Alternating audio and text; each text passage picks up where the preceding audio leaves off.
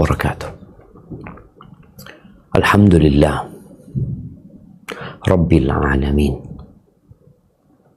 Segala puji bagi Allah, Tuhan semesta alam,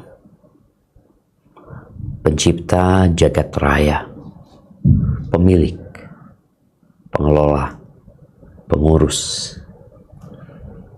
Dialah yang menghidupkan, dialah yang mematikan, dialah yang menyediakan segala fasilitas untuk kita dapat hidup di muka bumi ini. Dan kelak kita akan kembali kepadanya. Tidak ada masalah yang tidak bisa diselesaikan olehnya. Tidak ada perkara yang berat untuk dituntaskan olehnya. Tapi dia menguji hamba untuk lebih dekat kepadanya, untuk lebih bersegera menuju kepada pencipta, agar dia tidak bergantung kepada siapa-siapa kecuali kepadanya. Wabihi nasta'in ala umurid dunya waddin. Dan hanya kepadanya kita meminta pertolongan dalam menghadapi urusan dunia dan urusan agama. Allahumma salli wa sallim ala abdika wa rasulika sayyidina wa maulana Muhammadin wa ala alihi wa ashabihi ajma'in. Ya Allah, semoga salawat dan salam, berkah dan nikmat senantiasa Engkau curahkan untuk hamba kekasih-Mu, untuk baginda Nabi kita Muhammad alaihi salatu wassalam, untuk keluarga beliau, untuk istri-istri beliau, untuk putra-putri beliau, dan untuk seluruh sahabat Nabi. Semoga Allah meridhai kita bersama mereka. Amma ba'd. Kembali kita berjumpa untuk mengkaji dan mempelajari ayat-ayat Al-Quran yang Allah turunkan sebagai petunjuk dan hidayah. Kembali kita membaca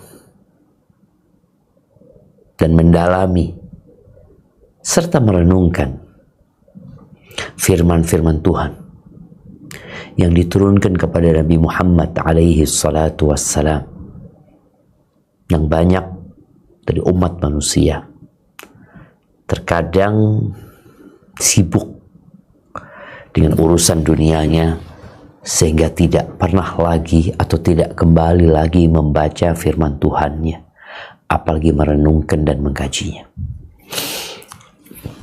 Allah mengatakan, afala yatadabbaruna al-Quran am ala qulubin aqfaluha.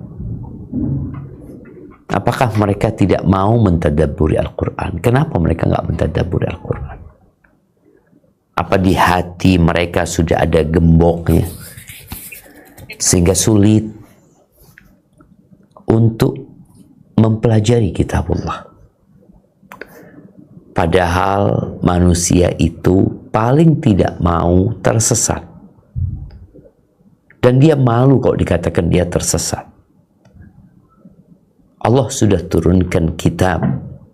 Dzalikal kitab la raiba fihi. Ini kitab tidak ada keraguan di dalamnya. Hudal lil muttaqin. Petunjuk buat orang-orang yang bertakwa. Bagaimana orang akan mendapatkan petunjuk ketika dia campakkan petunjuk?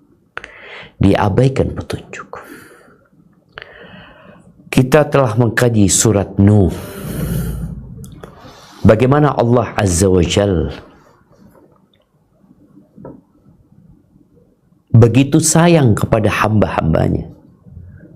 Beliau utus Nabi Nuh. Allah utus Nabi Nuh alaihissalam yang berdakwah dengan berbagai macam metode. Sembunyi-sembunyi, terang-terangan, personal, atau secara terbuka. Bagaimana beliau mendakwain kaumnya di malam hari, dan terus bersemangat mendakwain kaumnya di siang hari. Beliau menyampaikan kepada kaumnya tentang kebesaran Allah Azza wa Jalla, bahwa hanya Allah yang berhak untuk disembah. Beliau menyampaikan kepada kaumnya bahwa kebaikan yang dilakukan oleh mereka akan kembali kepada mereka sendiri. Allah tidak membutuhkan ibadah mereka. Ketika mereka bertaubat dan beristighfar, manfaat dari taubat dan istighfar itu hanya untuk mereka sendiri. 950 tahun. Iya, waktu yang cukup panjang. Tapi ternyata kaumnya tidak mau menerima dakwahnya, kecuali sedikit. Nabi Nuh mengatakan kepada mereka, "Ubudullah, sembahlah Allah, wattaquh, bertakwalah kepada Allah, laksanakan perintah Tuhan." Kita tuh di kantor melaksanakan perintah atasan. Kita di tempat kerja kita menerima tugas-tugas dari atasan, kita kerjain. Padahal atasan kita, bos kita, perusahaan, tempat kita kerja, mereka tidak memberikan kehidupan kepada kita. Mereka bukan pemberi rizki kepada kita. Kita boleh aja pindah tempat kerja, tetap akan dikasih rizki. Karena yang memberikan rizki adalah Allah Azza wa Jalla. Tapi ternyata kaumnya tidak mau. Wattaqu, tinggalkan larangan-larangannya, tetap dikerjain. Wa ati'un, taati aku.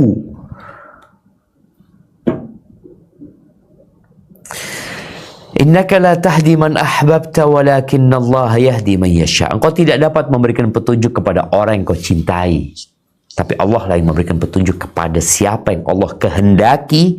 Wa huwa a'lamu bil muhtadin, dan Allah lebih tahu siapa yang pantas mendapatkan hidayah.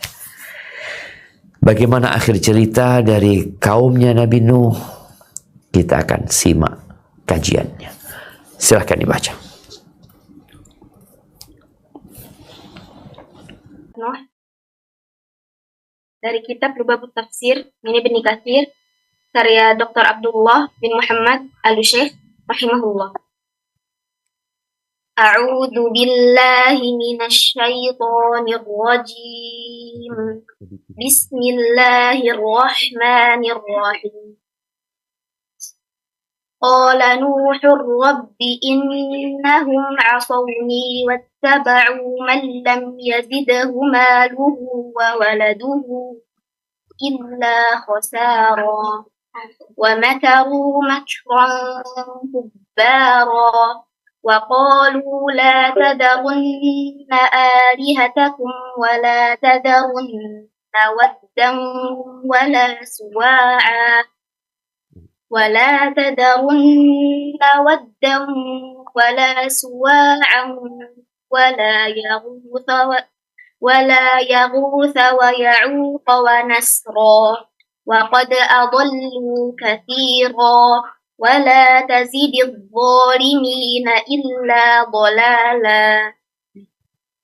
Nuh berkata, "Ya Rabbku, sesungguhnya mereka telah mendurhakaiku dan telah mengikuti orang-orang yang harta dan anak-anaknya tidak menambah kepadanya melainkan kerugian belaka, dan melakukan tipu daya yang amat besar.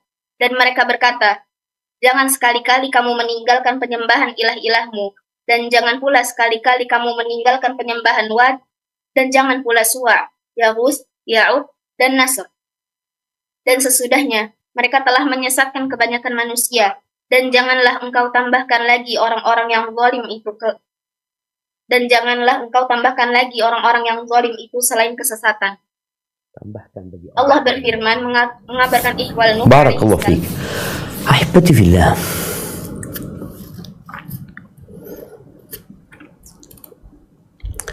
Semua punya masalah. Terkadang kita menjadikan masalah yang kecil besar, sehingga kita beranggapan kita adalah orang yang paling susah. Padahal masalah itu ringan. hanya karena cara pandang kita yang sempit, maka masalah itu jadi berat. Allah menceritakan bagaimana qala Nuh setelah cerita dakwah, menyampaikan kepada kaumnya. Dia tugas manusia itu hanya menyampaikan. Wa ma 'alaika illal balagh. Bagaimana Nabi alaihi salatu wasallam menyampaikan kepada para sahabatnya, balighu anni walau ayat. Sampaikan dari aku walaupun satu ayat. Hasil bukan urusan kita. Kita ngajar, kita mengkaji bersama, menyampaikan kepada umat manusia. Ada yang faham, ada yang nggak faham, ada yang ikut, ada yang nggak ikut, ada yang nerima, ada yang menolak. Itulah sunnatullah tabaraka wa ta'ala. Dan Allah mengingatkan Nabi Muhammad SAW, walaqad kudzibat rusulun min qablik. Engkau ditolak oleh kaummu. Rasul-rasul sebelummu itu ditolak. Nabi Nuh alaihissalam awal rasul. Rasul pertama yang diutus setelah terjadinya kesyirikan. Dan beliau berdakwah selama 950 tahun. Lalu beliau mengeluh. Setelah 950 tahun beliau mengeluh. Mengatakan kepada Allah Azza wa Jalla tentang kondisi kaumnya. Dan Allah lebih tahu. Inilah keyakinan seorang hamba tatkala berdoa dan memohon kepada Allah. Dia benar-benar yakin Allah mendengarkan. Dia bercerita tentang kondisi dia. Dia nggak langsung minta. Kita lihat nih Nabi Nuh alaihissalam tidak meminta atau belum meminta. Beliau mulai dengan cerita apa yang beliau hadapi. Lalu setelah itu beliau baru meminta kepada Allah SWT. Nah, silakan dibaca tafsirnya. Allah berfirman, mengabarkan ihwal Nuh alaihissalam bahwasanya dia mengadu kepadanya, sedang dia maha mengetahui. Tidak ada sesuatu pun luput darinya. Di samping memberikan penjelasan seperti yang telah dikemukakan, beliau juga memakai cara berdakwah yang cukup beragam. Kadang menggunakan targhib, motivasi, dan kadang tarhib, ancaman. Meskipun demikian, mereka tetap durhaka, menentang dan mendustakannya, serta condong terhadap para penghamba dunia dari kalangan orang-orang yang lalai dari perintah Allah Tabaraka wa Ta'ala, yang suka bersenang-senang dengan harta dan anak, tapi di saat yang sama, ia sebagai tahapan dan penangguhan semata, bukan penghormatan. Nah, lanjut. Karena itu, Allah Jalla Jalaluhu berfirman, وَاتَّبَعُوا مَنْ لَمْ يَزِدْهُ مَالُهُ وَوَلَدُهُ إِلَّا خَسَارًا. Dan mereka telah mengikuti orang-orang yang harta dan anak-anaknya tidak menambah kepadanya melainkan kerugian belaka. Kata wawaladuhu dibaca dengan harokat dhammah dan juga fathah. Selain itu, keduanya saling berdekatan. Barakallahu fikum. Naam. Waladahu wa waladuhu. Ahibati fillah. Nuh menceritakan bahwa kaumnya ini nggak mengikuti Nabi Nuh. Yang diikuti sama kaumnya ini pemuka-pemuka, tokoh-tokoh yang berharta. Kita tahu manusia kalau melihat orang berduit, dia menganggapnya fulan adalah orang yang sukses. Fulan adalah orang yang beruntung. Sehingga kalau sudah orang berduit ngomong, ngasih tahu, sami'na wa ata'na. Dan itu ujian. Di mana Allah Jalla Jalaluhu telah menanamkan di hati manusia kecintaan kepada harta.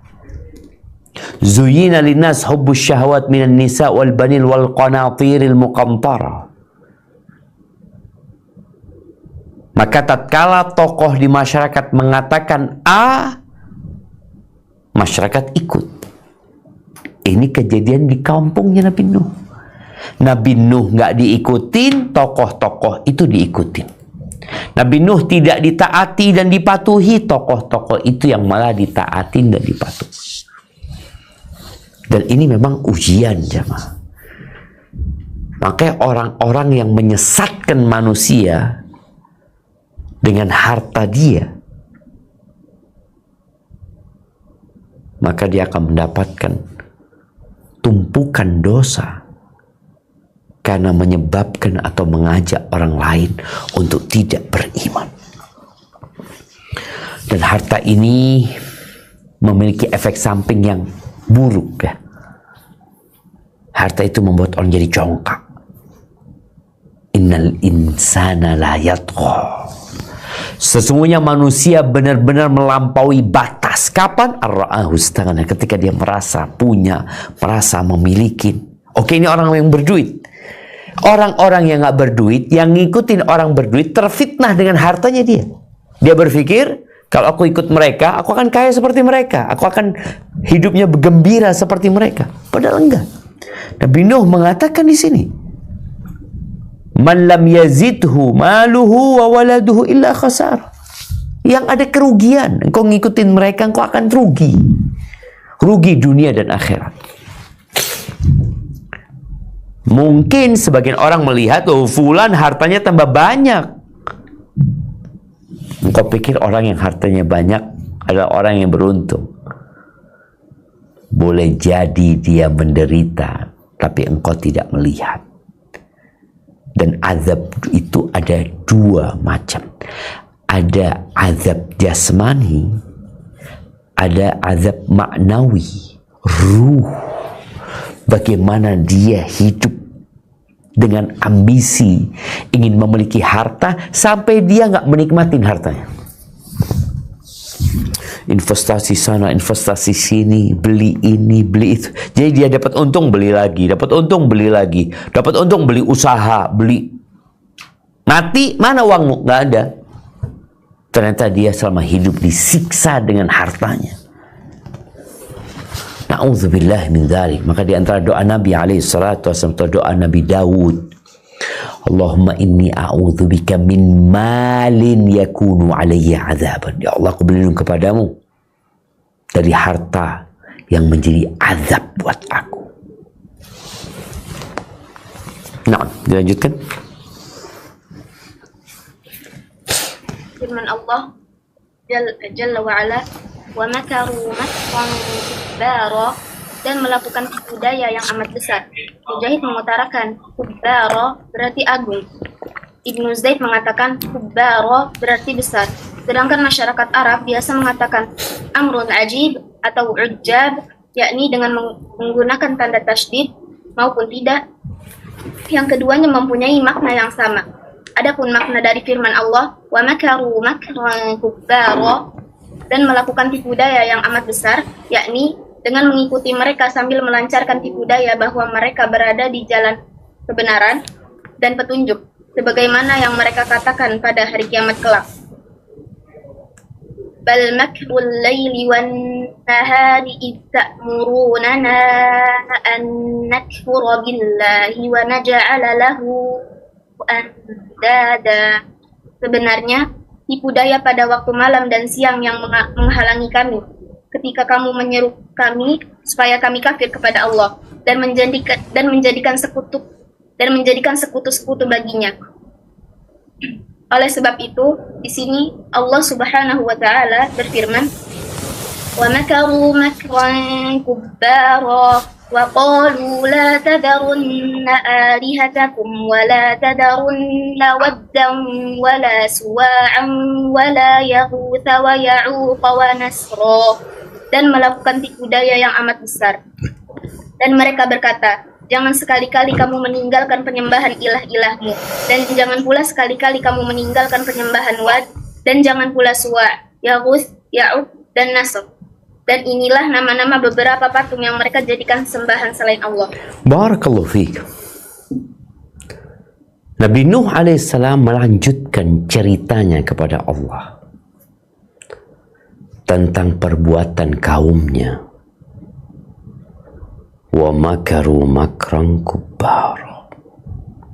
Dan mereka melakukan tipu daya yang amat besar. Bagaimana berusaha menghalangi orang untuk masuk Islam. Sekarang kita lihat dengan adanya media. Bagaimana media itu dapat menggoreng sebuah berita dusta, sebuah kebohongan, seakan-akan sebuah kenyataan. Bagaimana seorang pendusta 1 bulan lagi diangkat menjadi penasehat dan pahlawan. Sebaliknya, seorang yang jujur, yang mengajak kepada kebenaran, bagaimana sebulan lagi masuk penjara. Tipu daya yang dilakukan siang malam. Bagaimana tatkala media selalu menampakkan fulan sebagai pejuang padahal fulan pecundang. Sebaliknya, yang pejuang dianggap pecundang, yang pecundang dianggap pejuang. Kok bisa seperti itu? Orang-orang kok bisa percaya? Kenapa orang-orang kok percaya sama Abu Jahal, nggak percaya sama Nabi Muhammad SAW? Padahal mereka tahu Nabi Muhammad SAW selama 40 tahun hidup di kota Mekah. Sebelum beliau berdakwah, orang-orang Mekah tahu beliau adalah orang yang jujur, Al-Amin. Tapi kenapa dengan berjalannya waktu kok berubah? Bal makrul laili wan nahar. Itulah makar yang dilakukan siang malam, ada usaha. Dari kaumnya Nabi Nuh untuk menghalangi orang masuk ke dalam agama Islam. Maka mereka mengatakan waqalu la tadharunna alihatakum. Kalian jangan meninggalkan penyembahan Tuhan-Tuhan kalian. Wala tadharunna wadda. Kemudian dijelaskan secara detail. Jangan ditinggalkan loh penyembahan Wad, Suwa, Yaghuth, wa Ya'uq, wa Nasr. Jangan ditinggalkan. Subhanallah, ibadillah. Begitu besar makar dia. Kalau dulu mungkin hanya menggunakan lisan, mereka berpindah dari satu tempat ke tempat lainnya. Mereka datang ke tempat-tempat perkumpulan kaumnya. Kalau sekarang tinggal di rumah, dia bikin medsos, diviralkan, sehingga seorang pecundang dianggap pahlawan. Bisa. Mungkin. Kita akan lihat siapa sebenarnya Wadda. Kenapa kok bisa disembah Wadda? Apa Wadda ini? Batu, kayu, tembaga. Apa sebenarnya? Kita akan baca. Nah, Bukhari meriwayatkan dari Ibnu Abbas, berhala-berhala yang terdapat di masa kaum Nuh, yang di Arab dikenal kemudian, adapun Wad merupakan sembahan suku Kalb di Daumatul Jandal, sedangkan Suwa adalah sembahan Hudzail. Sementara Yaghuth adalah sembahan suku Murad, kemudian pindah ke Bani Ghatif di lereng bukit yang terletak di kota Saba. Sedangkan Ya'uq adalah sembahan Hamdan, dan Nasr merupakan sembahan dari Himyar, milik keluarga Dzulkifla. Kemudian semua itu merupakan nama orang-orang saleh dari kaum Nabi Nuh. Sesudah mereka meninggal, syaitan membisikkan kepada kaum dari orang-orang saleh tersebut agar mereka membuatkan patung-patung mereka di majelis-majelis yang menjadi tempat duduk mereka, yang sekaligus diberi nama dengan nama-nama mereka. Lantas, kaumnya itu pun mengerjakan bisikan syaitan tersebut, sehingga saat orang-orang saleh itu telah wafat, generasi pertama dan ilmu pun mulai terkikis, sehingga patung-patung tersebut akhirnya dijadikan sembahan oleh generasi berikutnya. Barakallahu fiik. Ternyata Wadda, Suwa, Yaghuth, Ya'uq, Nasr ini sebenarnya adalah nama-nama bagi tokoh-tokoh ahli ibadah dari keturunan Nabi Adam alaihissalam. Ketika yang pertama disebutkan, yang meninggal yang pertama adalah Wadda, kemudian dilanjutkan dengan yang lainnya. Datang iblis melihat mereka bersedih, ditinggal orang soleh, orang baik. Maka disuruhlah oleh iblis agar mereka membuat patung-patung dengan nama tokoh-tokoh yang disebutkan. Ini di zaman Nabi Nuh. Kemudian patung-patung itu akan hilang, dibawa oleh banjir. Lalu setelah banjir biasanya barang-barang itu ditemukan kembali. Dan patung itu disebutkan oleh Ibnu Katsir, ada yang mengatakan terbuat dari tembaga atau terbuat dari kuningan. Diletakkan di masjid. Tujuannya apa? Tujuannya baik. Tujuannya untuk memotivasi orang-orang agar mereka tatkala melihat itu patung, oh ini wadah ini, ya Allah orang soleh ini wadah, dia dulu suka sholat, suka zakat, akhirnya termotivasi untuk berbuat seperti mereka. Padahal itu terlarang. Nggak boleh kita pajang-pajang foto orang-orang besar dengan harapan kita termotivasi nantinya untuk beramal seperti amalan mereka, foto-foto kiai, tuan guru. Enggak. Yang dikhawatirkan seperti yang terjadi dengan kaumnya Nabi Nuh, yang awalnya hanya digunakan untuk memotivasi, ternyata setelah berjalannya waktu digunakan untuk menjadi media berdoa. Mereka beribadah kepada patung-patung itu, memohon kepada mereka. Kapan? Setelah ilmu orang pertama hilang. Orang pertama enggak. Ketika mati, anak cucunya atau cucu-cucunya, di saat ilmu sudah enggak ada, sehingga mereka enggak tahu kenapa ada patung ini di masjidnya. Siapa fulannya? Oh, ini wadah. Lalu dikatakan kepada mereka, dulu nenek moyang kalian tuh kalau ada masalah, urusan dunia, urusan agama umpamanya, hujan nggak turun, oh ya sudah, mereka minta kepada patung-patung ini, kemudian dikabulkan doa mereka dan diturunkan hujan. Bayangin ya, ini orang-orang soleh. Makanya ketika Ummu Salmah dan Ummu Habibah cerita kepada Nabi SAW kondisi gereja-gereja di Habasyah, karena kita tahu umat Islam sempat hijrah ke Habasyah. Di Habasyah situlah umat Islam melihat adanya patung-patung di gereja-gereja orang Nasara. Maka Nabi menceritakan alaihissalam, la'anallahu al-yahud wan nasara. Semoga Allah melaknat bangsa Yahudi dan Nasara. Apa penyebabnya? Mereka kalau ada orang soleh yang mati, fotonya dipajang. Kalau dulu sebelum ada foto, ya ukiran atau patung. Sekarang sudah ada foto, ya foto yang dipajang. Apa tujuanmu? Ya tujuannya supaya kalau ngelihat beliau kita jadi lebih semangat beribadah. Dan itu pula tujuan kaumnya Nabi Nuh. Tapi ternyata ketika ilmu terkikis, berubah. Patung-patung itu akhirnya disembah oleh mereka. Dan disebutkan bahwasanya patung-patung ini ketika Nabi Nuh Allah selamatkan dengan perahu saat banjir bandang, maka patung itu diseret oleh arus. Kemudian disebutkan di sini bahwa Wad itu sesembahan suku Bani Kalb ya, di Dumatul Jandal. Dumatul Jandal sepertinya jarak atau daerah mendekat ke Jordania. Kemudian Suwa' Hudzail, kemudian Yaguth sesembahan Murad, kemudian berpindah ke Bani Ghatif. Tuhannya pindah-pindah jemaah. Tuhannya diperebutkan di antara mereka. Gimana sih benda mati disembah? Semua makhluk itu tidak pantas disembah karena mereka makhluk yang lemah. Kasih sakit gigi sama Allah udah nggak bisa bangun dari tempatnya. Ini disebutkan Ya'uq sesembahan Hamdan.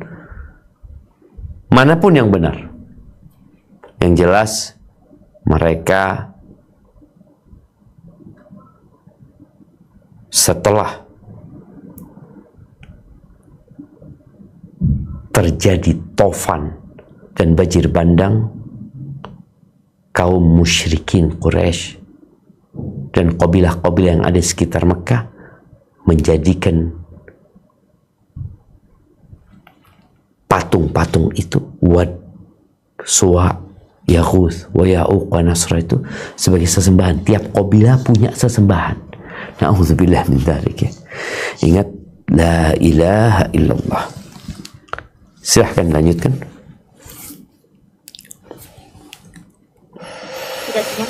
Waqad adallu katsiran, dan sesudahnya mereka telah menyesatkan kebanyakan manusia, yakni patung-patung yang mereka jadikan sembahan, dan yang dengannya mereka telah menyesatkan banyak orang.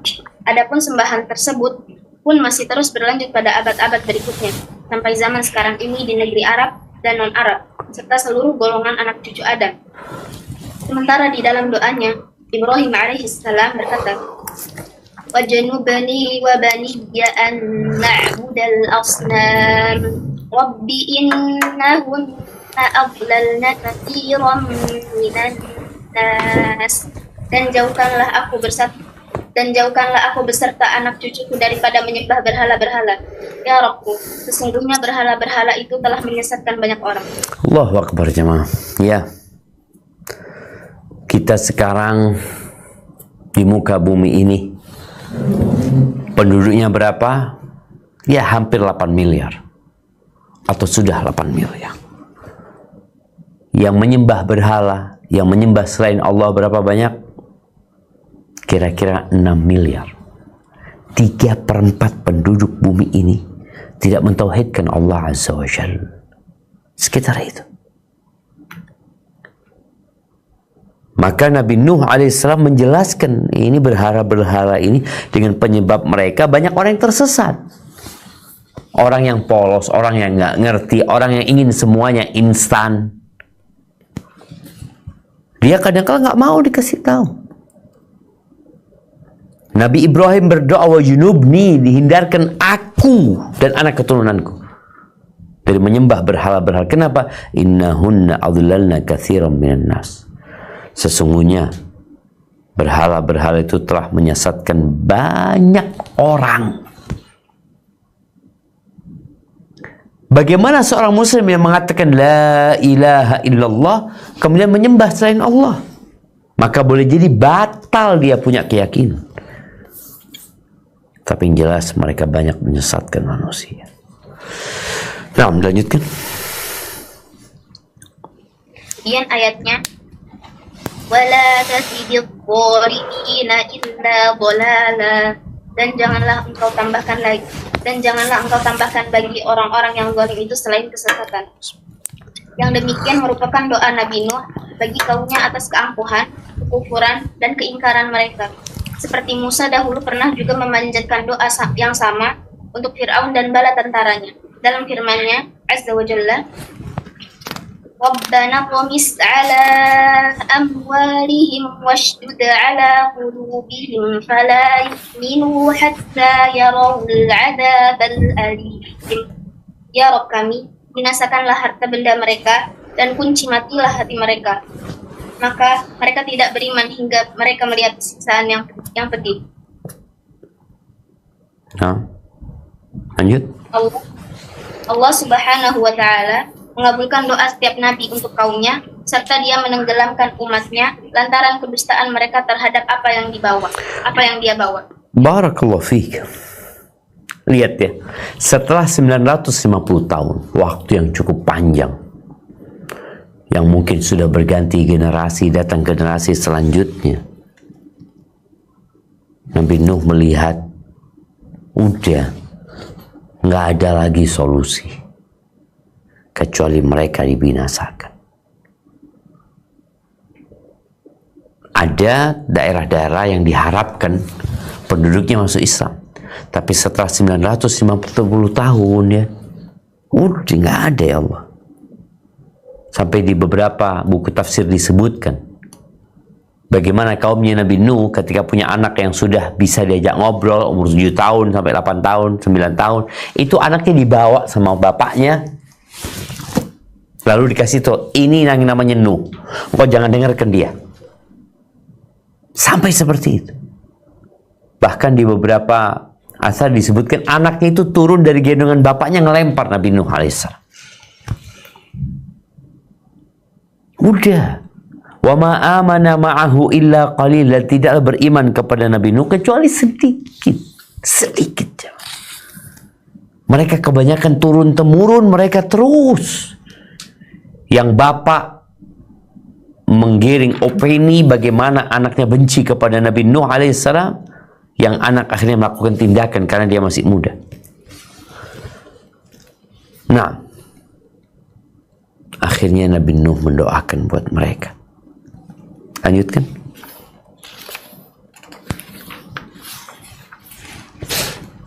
Mimma khati'atihim wa ughriqu mimma khati'atihim wa ughriqu mimma khati'atihim ughriqu.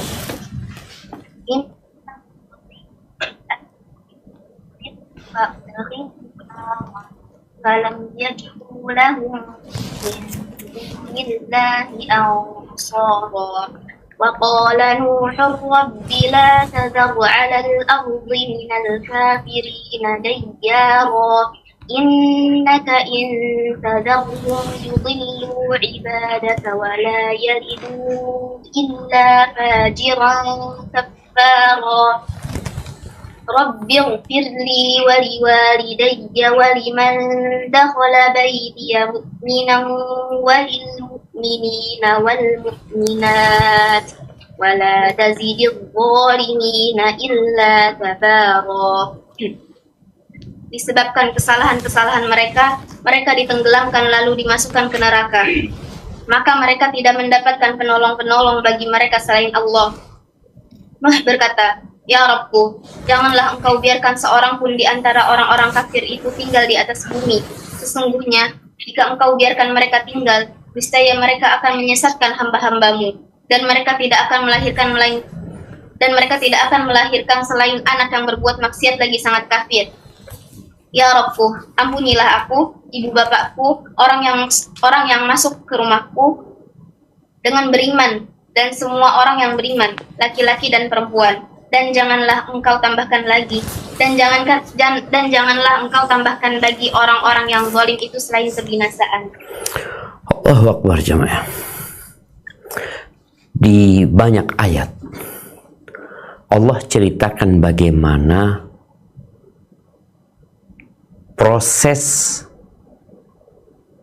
pembinasaan kaumnya Nabi Nuh yang 950 tahun didakwain dengan berbagai macam cara. Bagaimana Nabi Nuh Allah perintahkan kepadanya untuk membuat perahu yang besar sekali di daratan. Allah perintahkan kepada Nabi Nuh. Yang perahu itu cukup untuk seluruh orang-orang beriman dan cukup untuk hewan-hewan, binatang-binatang sepasang-sepasang untuk masuk ke kapalnya Nabi Nuh alaihi salatu wassalam. Ketika Nabi Nuh bangun kapal, beliau diledekin sama kaum. Engkau mau kemana bikin kapal? Kata dia. Buat apa? Sampai Allah Azza wa Jalla menceritakan ya di surat Hud ayat 38 sampai 40, mungkin perlu dipersiapkan. Surat Hud ayat 38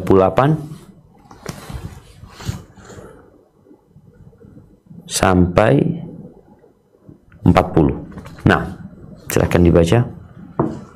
41 nggak apa-apa ya. Surat Hud ayat 38 sampai 41.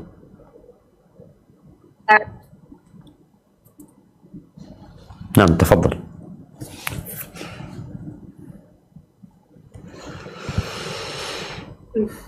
A'udzu billahi minasy syaithanir rajim.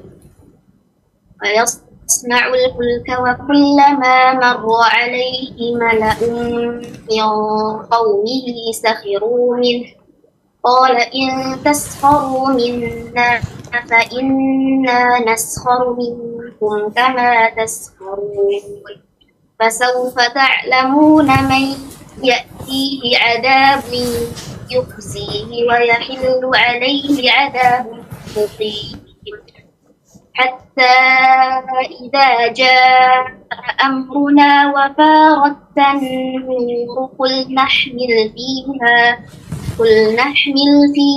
من كل زوجين اثنين وأهلك إلا من سبق عليه القول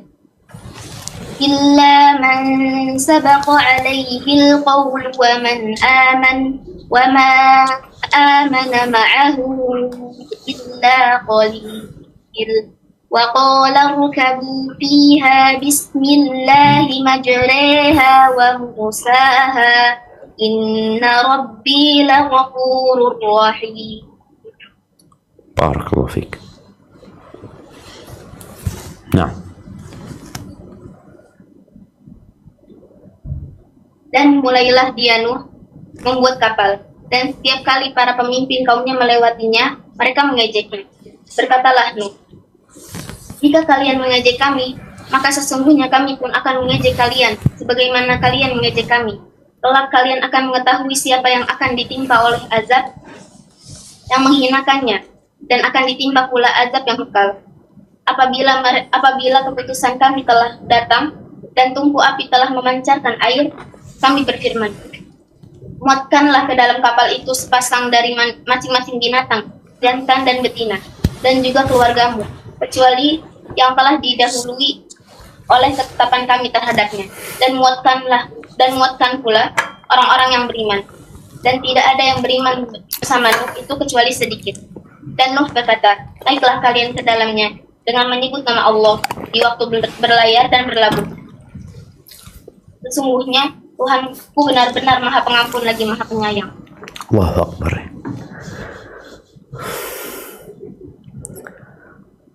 Di awal surat Nuh kita membaca bahwa Nabi Nuh sudah memberikan peringatan kepada kaumnya. Beliau mengatakan kepada kaumnya, qala ya qaumi inni lakum nadhirun mubin. Wahai kaumku, aku adalah pemberi peringatan yang menjelaskan kepada kalian. Ani abudullah, tugas kalian adalah beribadah kepada Allah. Wattaqu, bertakwa, menjauhi larangannya. Wa ati'un, kalian taat dan patuh sama aku. Apa yang akan kalian dapatkan? Yaghfir lakum min dhunubikum, diampuni dosa-dosa kalian. Wa yuakhirkum ila ajalin musamma, dan Allah akan menangguhkan sampai kepada waktu yang ditentukan. Inna ajalallahi idza jaa la yu'akhkhar. Sesungguhnya apabila telah datang ketetapan Allah tidak dapat ditangguhkan. Kalau kalian tahu, tunggu nih 950 tahun mereka nggak mau beriman, selesai, waktunya habis mereka. Nabi Nuh membuat perahu, diketawain sama mereka, binatang-binatang dimasuki, dan betul bagaimana Allah jelaskan, kalau kalian mengejek kami akan mengejek kalian. Kalian akan melihat nantinya. Sampai tatkala tungku itu keluar air. Bayangin ya, tungku itu tempat untuk memasak api. Itu keluar air, nyumber air di sana. Ketika sudah nyumber air dari tungku-tungku masak itu, kau masukkan orang-orang. Berarti waktu Allah telah tiba untuk membinasakan mereka setelah berdakwah 950 tahun. Nah, baik, lanjutkan. Allah Subhanahu wa ta'ala berfirman, mimma khati'atihim ughriqu, disebabkan kesalahan-kesalahan mereka ditenggelamkan, yakni karena banyaknya dosa mereka, pembangkangan serta sikap mereka yang terus-menerus dalam kekufuran, serta penentangan mereka terhadap Rasul mereka. Nah, ini azab dunia. Di dunia mereka ditenggelamkan. Beberapa ahli tafsir seperti Al-Imam Al-Qurtubi, beliau menyebutkan bagaimana kaumnya Nabi Nuh ditenggelamkan. Bahwa kira-kira 70 tahun sebelum ditenggelamkan mereka, itu wanita-wanita mereka nggak ada yang punya anak. Jadi benar-benar orang-orang dewasa yang ditenggelamkan. Mereka ditenggelamkan karena kesalahan mereka.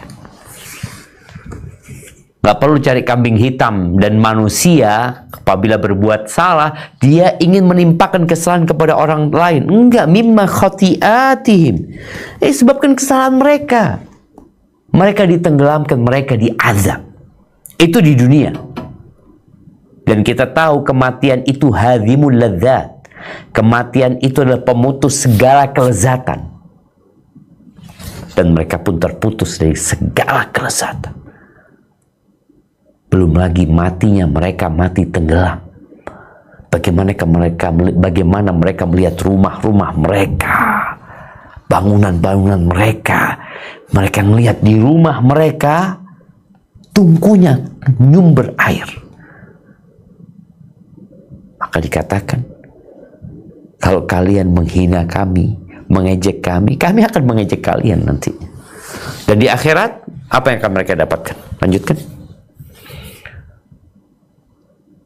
Lalu ughriqu fa udkhilu naro. Mereka ditenggelamkan lalu dimasukkan ke neraka, yakni mereka dipindahkan dari aliran laut menuju panasnya api neraka. A'udzubillahi minan nar. Nah, dilanjutkan. Falam yajidu lahum min dunillahi ansara. Maka mereka tidak mendapat penolong-penolong bagi mereka selain Allah. Maksudnya adalah mereka tidak mendapat seorang penolong, pemberi bantuan, dan penyelamat pun yang bisa menyelamatkan mereka dari azab Allah. Yang demikian itu, bagaimana firman-Nya, Jalla wa'ala, La 'asimal yawma min amrillahi illa man rahim. Pada hari ini, tidak ada yang dapat memberikan perlindungan dari keputusan Allah, kecuali orang yang disayangi oleh Allah. Barakallahu fiik. Kita lihat ya, orang secara fitrah, secara nalurinya, dia ingin menyelamatkan dirinya ketika ada sebuah bencana. Oleh karena itu, biasanya apabila terjadi gempa yang berpotensi tsunami, maka pemerintah akan memberikan peringatan sirene yang mengingatkan manusia untuk tidak mendekati pantai dan agar mereka naik ke gunung. Dan biasanya air pantai nggak akan sampai menutupin gunung. Sebesar apapun gelombangnya yang pernah kita lihat, nggak akan nutupin gunung. Di sini Allah tetapkan, falam yajidu lahum min dunillahi ansara. Maka mereka tidak mendapat penolong bagi mereka selain Allah. Nggak ada. Kau mau kemana? Naik ke atas gunung. Dan anaknya Nabi Nuh juga naik ke atas gunung. Ketika Nabi Nuh sudah naik perahu, kota sudah mulai tenggelam, anaknya ini dipanggil sama Nabi Nuh. Ya bunayya irkam ma'ana. Anakku, ayo naik kau. Sini kau. Jangan gabung sama orang-orang kafir. Apa kata anaknya?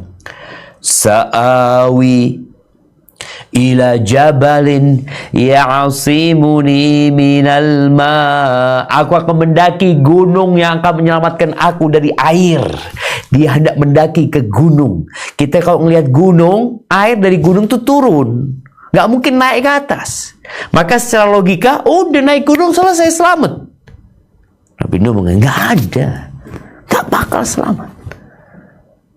Air ini akan menenggelamkan gunung, bayangin. Puncak Everest itu tenggelam.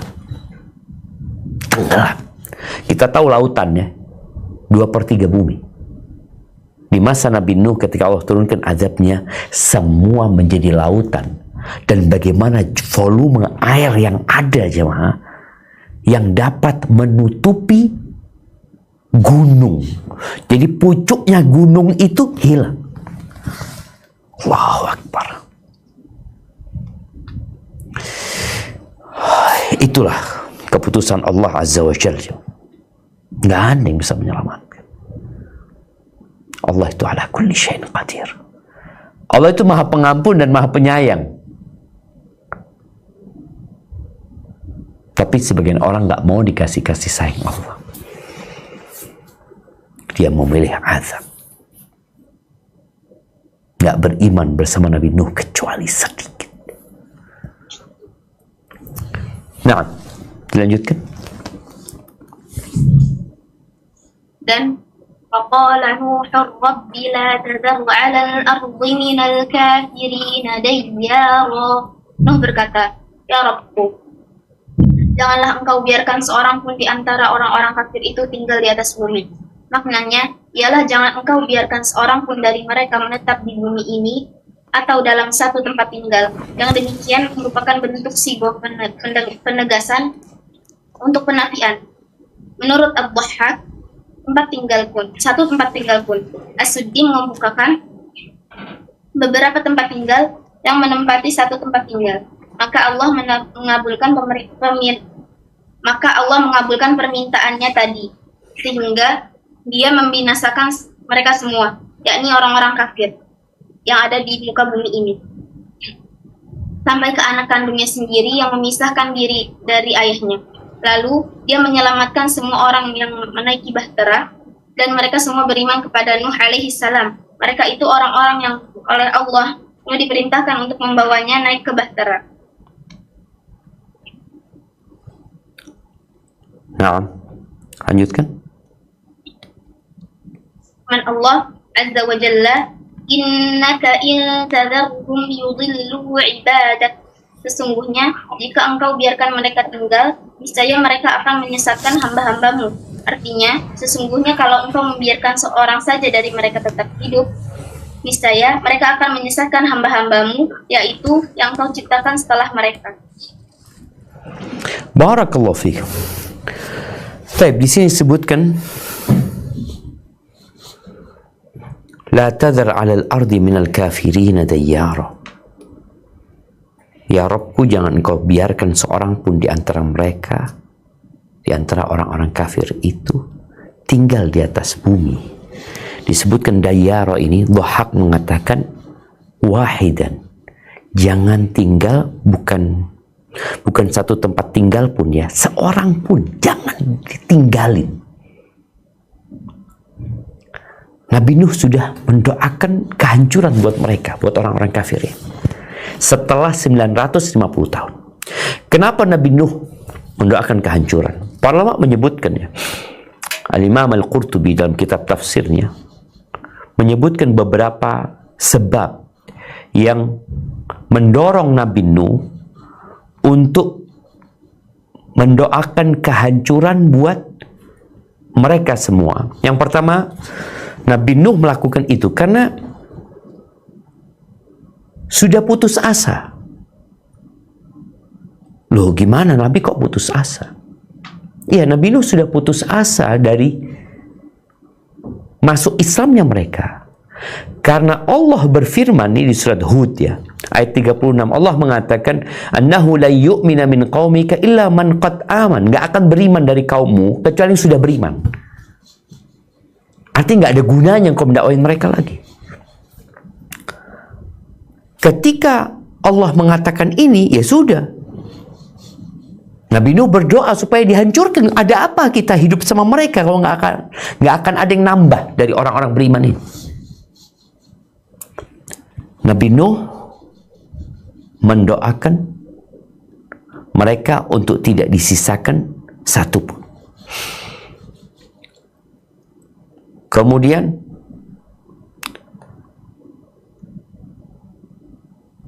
di antara penyebab Nabi Nuh minta mereka dihancurkan dan tidak disisakan satu pun, kemudian nanti di ayat yang disebutkan di sini wala yalidu illa fajiran kafar, mereka tidak melahirkan kecuali orang-orang kafir. Disebutkan dalam beberapa riwayat, ada seorang ayah yang bawa anaknya kepada Nabi Nuh.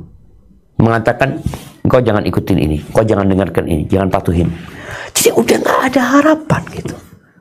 Allah sudah wahyukan tidak akan ada yang beriman, dan sikap mereka seperti itu. Maka jangan tinggalkan seorang pun. Soalnya kalau mereka masih dibiarkan hidup, bisa jadi yang beriman pun ikut nantinya, ikut jadi kafir gitu loh. Yang beriman sudah sedikit, hidup di tengah masyarakat yang kebanyakan musyrik, ya bisa mempengaruhi yang beriman. Maka Nabi Nuh mendoakan kehancuran buat mereka. Ya, karena mereka sudah diputuskan nggak akan ada yang beriman. Baik, lanjutkan.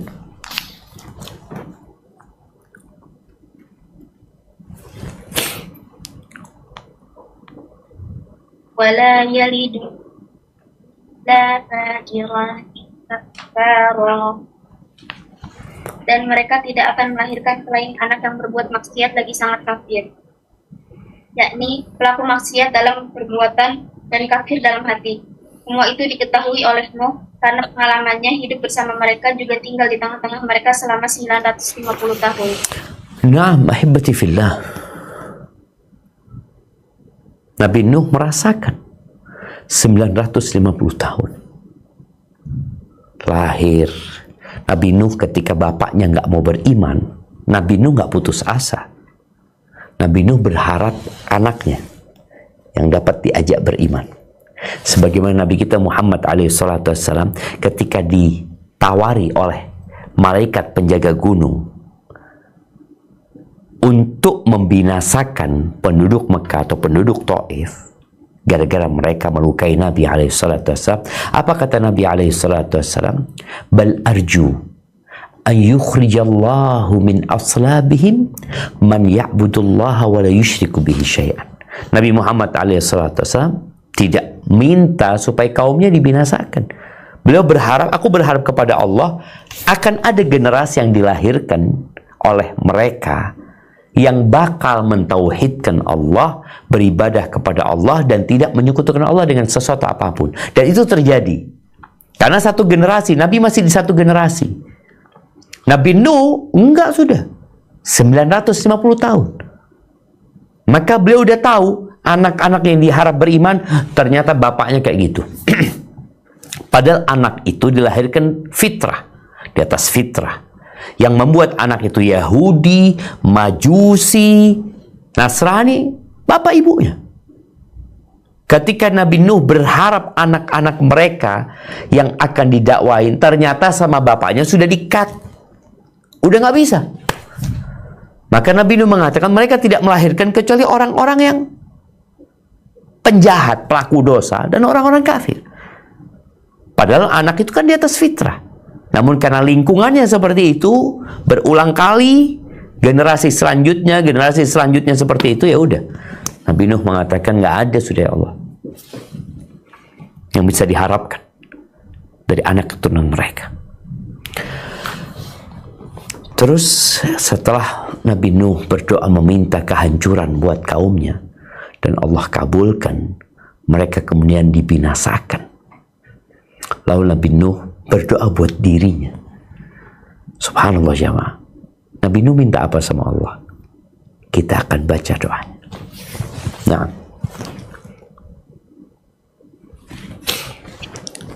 Nuh alaihi salam berkata, Rabbighfirli wa liwalidayya wa liman dakhala baytiya mu'mina. Ya Rabbku, ampunilah aku, ibu bapakku, dan orang yang masuk ke rumahku dengan beriman. Ad-Dhahhak berkata, yakni masjidku. Tidak ada halangan membawa ayat tersebut kepada makna lahiriah, yaitu bahwasanya Nuh selalu mendoakan setiap orang yang masuk ke rumahnya, Nuh mendoakan setiap orang yang masuk ke rumahnya sedang dia dalam keadaan mukmin.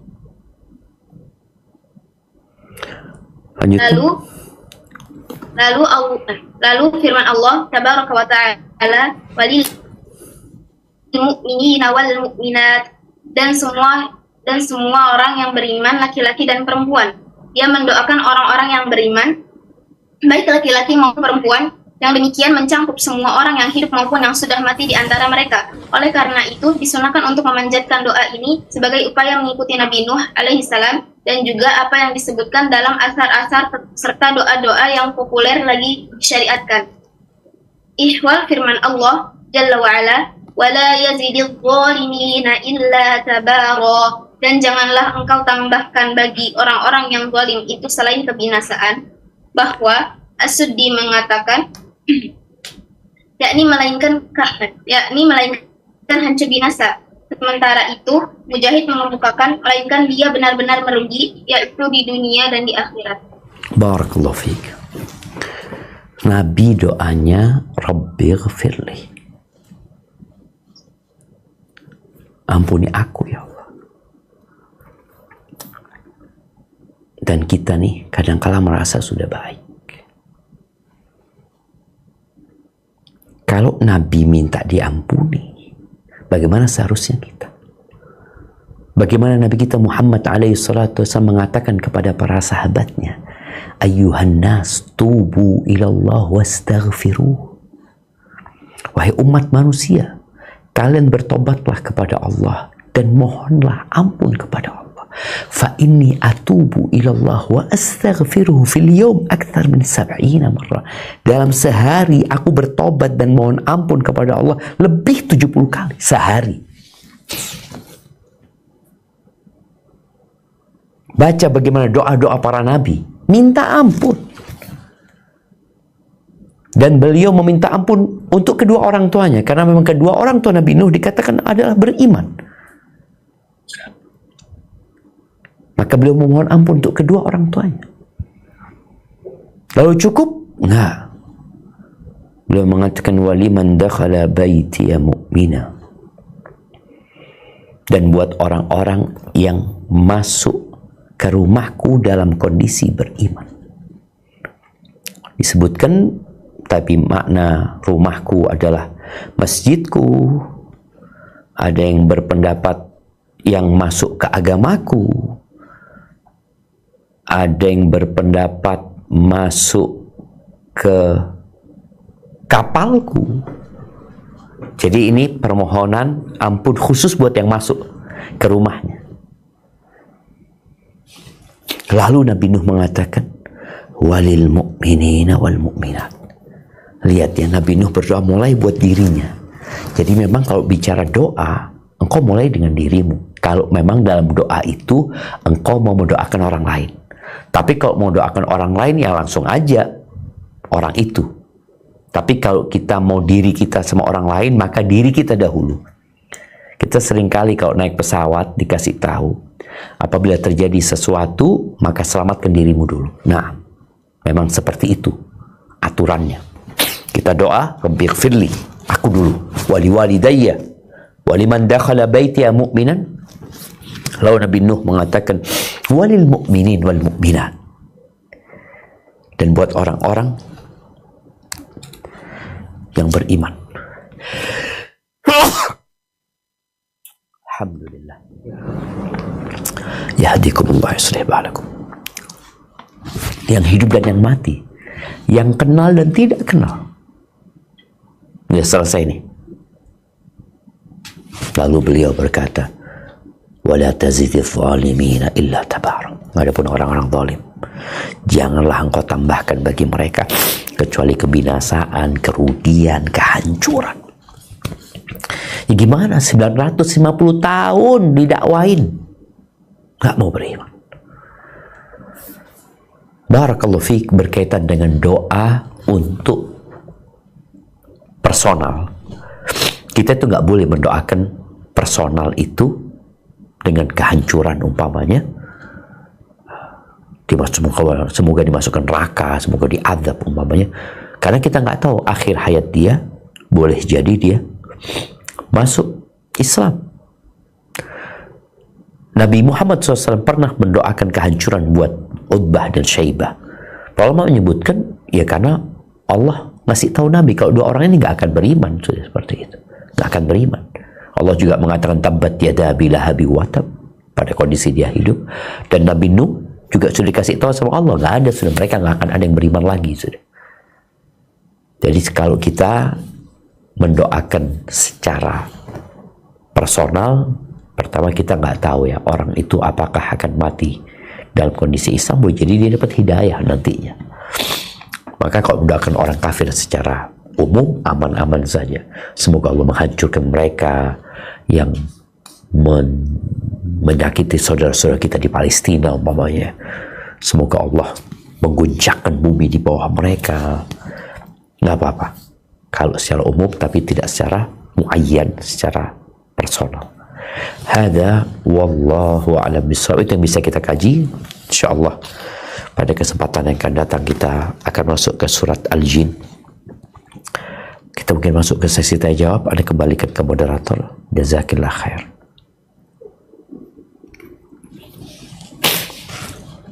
Jazakumullah khairan Ustaz. Ustaz, Nah, jadi berawal dari patung gitu ya Ustaz, ya, patung ukiran, dan sekarang ada foto dan video-video gitu ya Ustaz ya.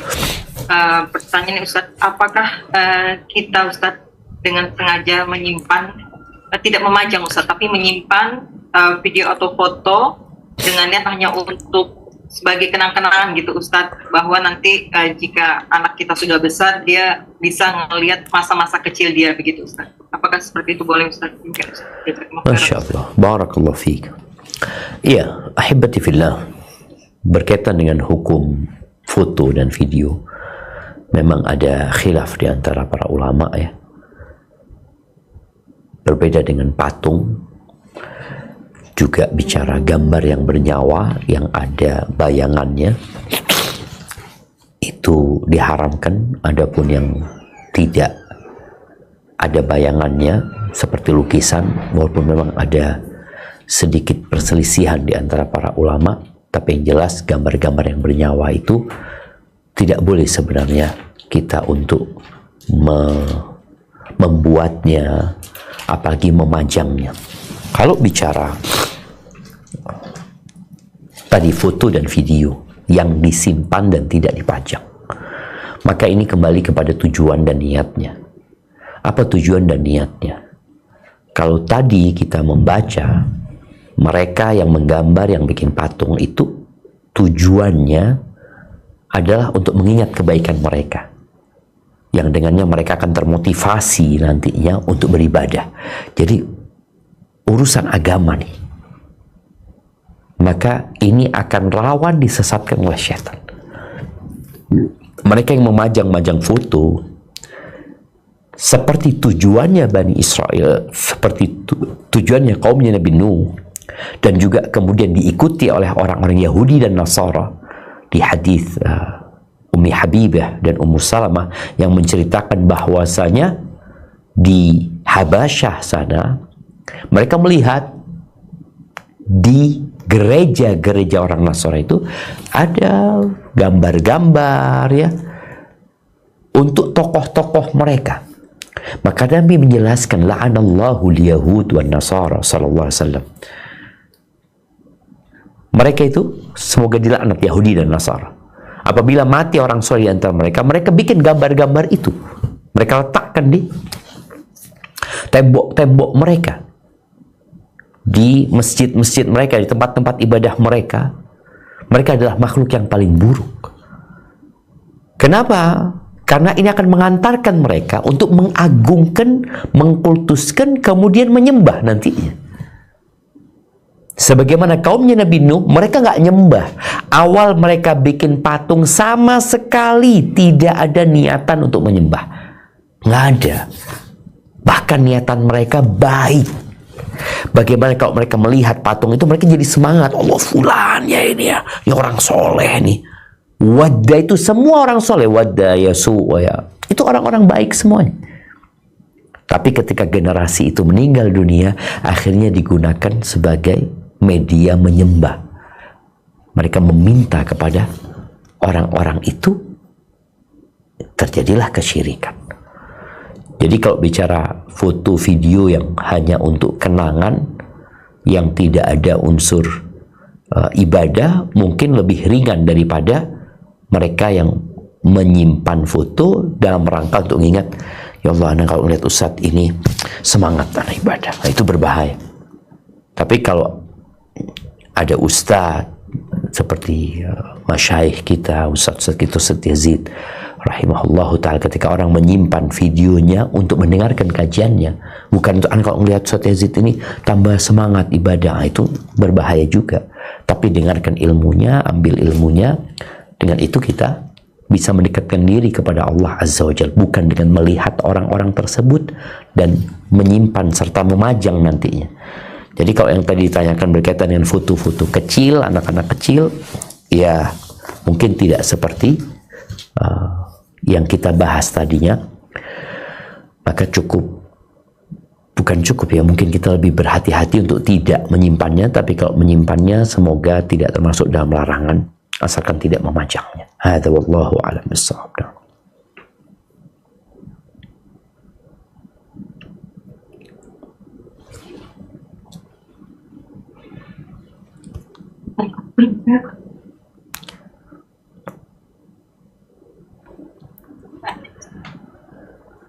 Kita sengaja menjadi aku yang karena sekarang Afwan, suaranya tidak terdengar.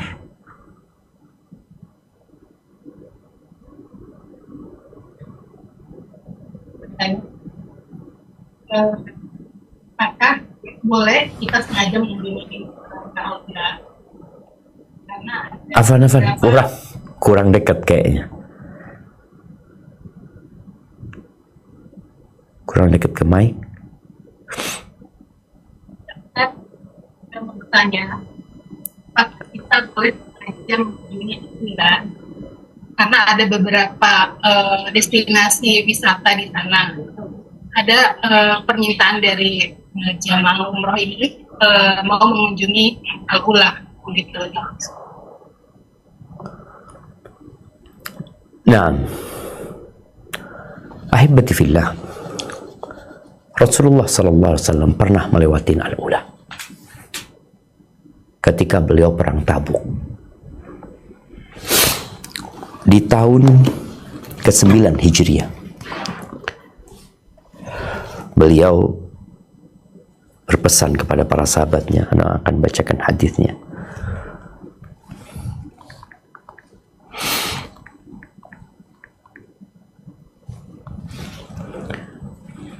Nah,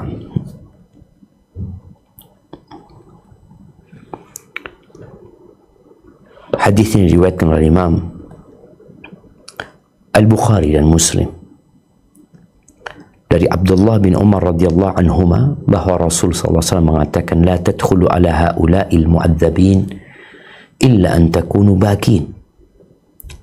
Janganlah kalian masuk ke tempat orang-orang yang diazab itu kecuali dalam kondisi kalian menangis gitu. Jadi jangan masuk kecuali dalam kondisi menangis, mengambil ibrah. Fa in lam takunu bakin fala tadkhulu alaihim. Kalau kalian nggak bisa masuk ke sana dengan kondisi menangis, jangan masuk kalian. La yusibukum ma asaw. Jangan sampai kalian ditimpa apa yang menimpa mereka. Maka ini, larangan ini ketika Nabi SAW bersama para sahabatnya melewatin Al-Ula. Ketika Nabi berangkat ke tempat mereka, atau berangkat ke Tabuk ya, dan melewati mereka.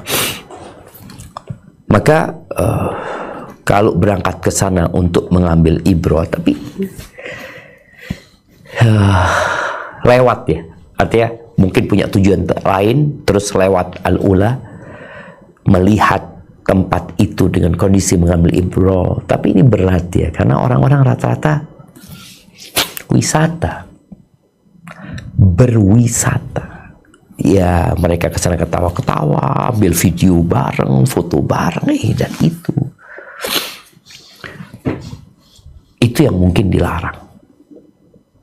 Tapi kalau kesana mau ngambil ibrah, dan tadi Nabi SAW hendaklah Para ulama menyebutkan ya, kalau seorang ingin masuk atau melewati tempat yang diadab itu, hendaknya dia dalam kondisi takut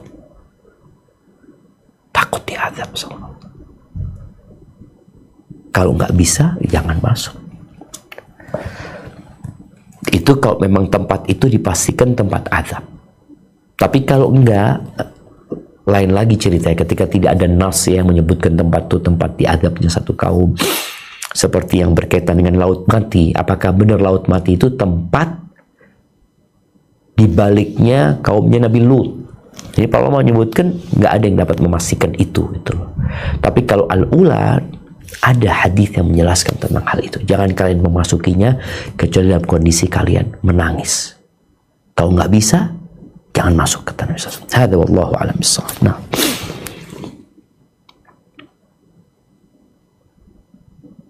Assalamualaikum. Waalaikumsalam warahmatullahi wabarakatuh. Memperjelas hal yang tadi Ustaz ya. Melihat kan berarti dari kejauhan ya Ustaz, dibandingkan dengan memasuki berarti mendekati. Amin. Itu kalau masuk bukan mendekat, ada di dalam ya. Masuk itu ada di dalam. Nah. Tapi kalau melintasi berarti hanya melihat. Berarti boleh ya Ustaz ya? Boleh, makanya Nabi lewat. Nabi melihat. Tapi melarang sahabat untuk masuk gitu loh. Artinya tempatnya itu ya boleh jadi di pinggir jalan, anggap ya, orang dalam perjalanan ke Tabuk itu ya lewat, itu ada tempat itu gitu loh. Nabi melarang untuk masuk. Kalau mau masuk, tadi Nabi memberikan syarat dalam kondisi kalian menangis. Tapi kalau cuma lewat, yang ngelihat dari jauh nggak masuk ya nggak termasuk dalam larangan tersebut, karena Nabi melewatin tempat tersebut tapi tidak memasukinya. Wallahu a'lam bishawab. Nah. Assalamualaikum warahmatullahi wabarakatuh. Nah, bertanya ya tentang dakwahnya Nabi Nuh selama 950 tahun. Pertanyaan Ana itu, apakah Nabi Nuh hidup selama beberapa generasi atau memang umur mereka sepanjang itu, Ustaz? Sampai yang Allah bilang tidak akan ada yang beriman kecuali hanya orang yang beriman, yang sampai akhirnya Nabi Nuh memutuskan untuk berdoa untuk meminta kebinasaan. Syukran Ustaz. Nah, barakallahu fiik.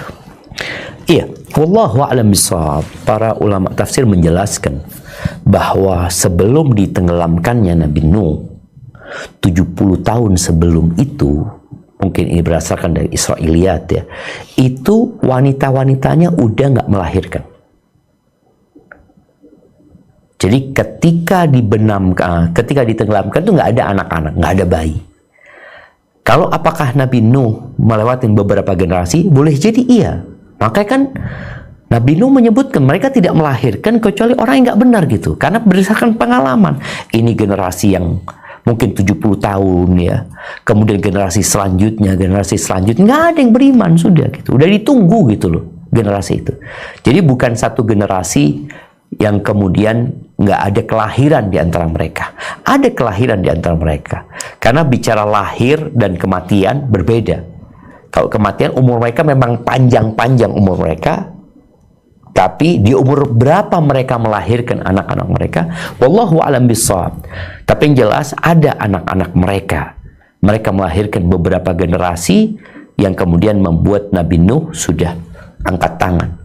Bahkan di beberapa riwayat disebutkan ketika orang tua itu anaknya umur 7 tahun, itu dibawa ke tempatnya Nabi Nuh. Di tafsir Al-Qurtubi disebutkan dibawa tuh anak, ditunjukin nih engkau jangan ikutin orang ini. Kasih tahu tuh anak. Terus tinggal. Jadi mereka yang punya anak itu selalu membawa anaknya agar anak itu tidak mengikuti Nabi Nuh alaihissalam. Jadi udah habis gitu loh. Udah nggak bisa lagi gitu loh, dibiarkan mereka. Dan ketentuan Allah tadi nggak ada lagi yang beriman, sudah itu udah keputusan Allah SWT. Sehingga Nabi Nuh minta mereka dibinasakan. Hadza wallahu a'lam bishawab. Nah Ustaz, jazakumullah khairan Ustaz. Ada pertanyaan masuk Ustaz. Assalamualaikum warahmatullahi wabarakatuh. Waalaikumsalam warahmatullahi wabarakatuh. Ustaz, ada ayat yang artinya kurang lebih seperti seperti ini. Anak-anakmu adalah ujian bagimu dan di dalamnya ada pahala yang besar. Apa maksudnya ya Ustadz? Mohon penjelasannya. Nah, kalau nggak salah itu di surat Taghabun ya. Innama amwalukum wa aulatukum fitnah wallahu indahu ajrun azim. Wallahu indahu ajrun azim. Sesungguhnya di harta dan anak-anak kalian ada fitnah, ada ujian buat kalian. Dan di sisi Allah pahala yang besar. Artinya orang tua jangan sampai dia sibuk ngurusin anak dan hartanya sampai lupa sama Allah Azza wa Jalla. Padahal di sisi Allah ada pahala yang besar. Bagaimana harta yang kau miliki digunakan untuk mendekatkan diri kepada Allah. Bagaimana anak-anak yang engkau punyai engkau ajak menuju kepada Allah Azza wa Jalla. Jadi jangan sampai tuh anak dan harta membuat engkau kehilangan pahala yang besar di sisi Allah Azza wa Jalla. Seperti firman Allah juga di surat Al-Munafiqun, ya ayyuhalladzina amanu la tulhikum amwalukum wala auladukum an dzikrillah. Wahai orang-orang beriman, jangan sampai anak-anak kalian dan harta kalian itu membuat kalian lupa dari mengingat Allah.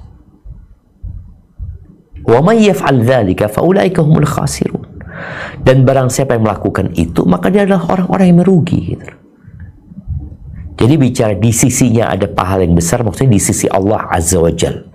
Sehingga orang tua jangan sampai ya demi anak-anaknya dia melupakan Tuhannya, dia melupakan aturan-aturan Allah Azza wa Jalla, sehingga mereka binasa dan akan menjadi orang-orang yang merugi. Hadza wallahu a'lam bissawab. Nah. Ustaz, pertanyaan berikutnya. Assalamualaikum warahmatullahi wabarakatuh. Waalaikumsalam warahmatullahi wabarakatuh. Ustaz, kaitan dengan berdoa Ustaz. Bagaimana kalau kita memberikan sesuatu pada seseorang, kemudian minta didoakan? Contohnya memberi makanan di sebuah pengajian di rumah, tetapi tuan rumah minta tolong doakan, mohon penjelasannya Ustaz. Demikian Ustaz. Jazakumullah khairan Ustaz. Barakallahu fiik. Iya. Berkaitan dengan minta doa. Sejatinya kita kalau diundang makan itu ya diperintahkan untuk mendoakan orang yang undang makan.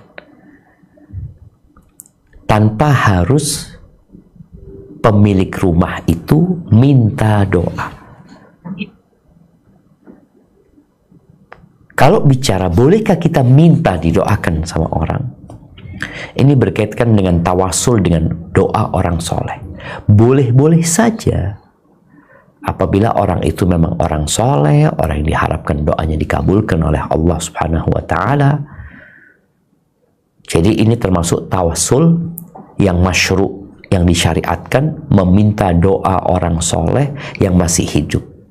Baik orang itu datang ke rumah kita, kita undang, atau kita yang datang ke rumah dia. Itu insya Allah termasuk tawasul yang disyariatkan. Hadza wallahu a'lam bissawab. Nah. Ustaz, pertanyaan berikutnya. Assalamualaikum warahmatullahi wabarakatuh. Waalaikumsalam warahmatullahi wabarakatuh. Ustaz, apakah kita boleh mengikuti tata caranya doa Nabi Nuh Ustaz dengan menceritakan kepada Allah yang kita rasakan? Karena ada juga anak dengar kajian isi doa itu singkat, jangan terlalu detail. Mohon bimbingan Ustaz. Jazakumullah khairan Ustaz. Iya, jadi ada dua hal yang berbeda sebenarnya. Meminta detail dengan menceritakan kondisi secara detail. Afan, mungkin diulangi lagi pertanyaannya tadi, Ana takut salah. Dengan menceritakan kepada Allah yang kita rasakan, karena ada juga Ana dengar kajian isi doa itu singkat, jangan terlalu detail. Iya. Iya, ini perbedaannya. Jadi ada cerita detail, ada minta detail. Kalau cerita detail nggak apa-apa, ceritakan kondisiku seperti ini, ya Allah, aku punya masalah ini, punya masalah. Dia menceritakan kepada Allah Azza sebagai bentuk keimanan dia, bahwasanya Allah melihat, mendengarkan, Allah tahu, tapi kita disuruh minta. Tapi ketika mohon, jangan detail. Umpamanya, ya Allah, aku ini punya anak 4, ya Allah, dan kau tahu aku nggak punya mobil umpamanya, sedangkan aku harus ngantarkan mereka naik motor. Aku khawatir, ya Allah, mereka ini nanti kayak gini, kayak gitu. Kita ceritakan, aku minta mobil, ya Allah, kendaraan yang enak ditumpahin. Sudah. Tapi kalau aku meminta, ya Allah, mobil yang warnanya putih, kemudian yang pintunya itu sliding, ya Allah, kemudian yang ada sunroofnya, ya Allah, itu yang nggak boleh gitu loh. Tapi cerita detail kondisi kita nggak apa-apa. Diceritakan kondisi seperti itu. Ketika mintanya nanti, ya minta. Kalau memang permintaannya hanya kendaraan, ya udah minta kendaraan. Tapi kalau meminta sesuatu yang memang kita membutuhkan sesuatu itu, ya nggak masalah gitu loh. Kita minta kepada Allah SWT. Mungkin kita membutuhkan kendaraan. Aku minta kendaraan yang besar yang cukup buat keluargaku, ya Allah. Sudah. Mungkin seperti itu. Barakallahu fiik, itu sepertinya menjadi pertanyaan terakhir jemaah ya. Pada kesempatan kali ini, ana membaca fatwa para ulama berkaitan dengan masuk ke tempatnya orang-orang yang diazab sama Allah Azza wa Jalla. Jadi yang dilarang itu masuk dan melewati tempat mereka. Masuk dan melewati tempat mereka. Kalau kita lewat di tempat lain yang kelihatan tempat mereka, berbeda hukumnya ya.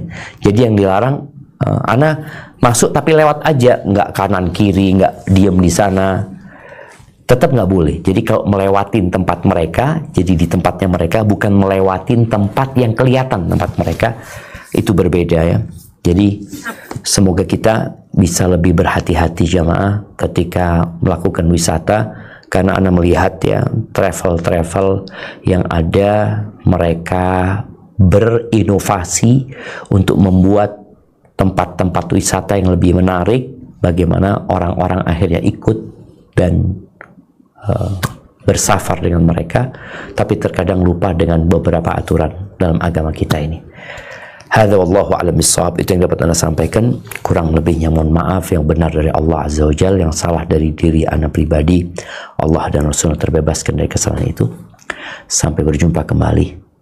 Wassalamualaikum warahmatullahi wabarakatuh.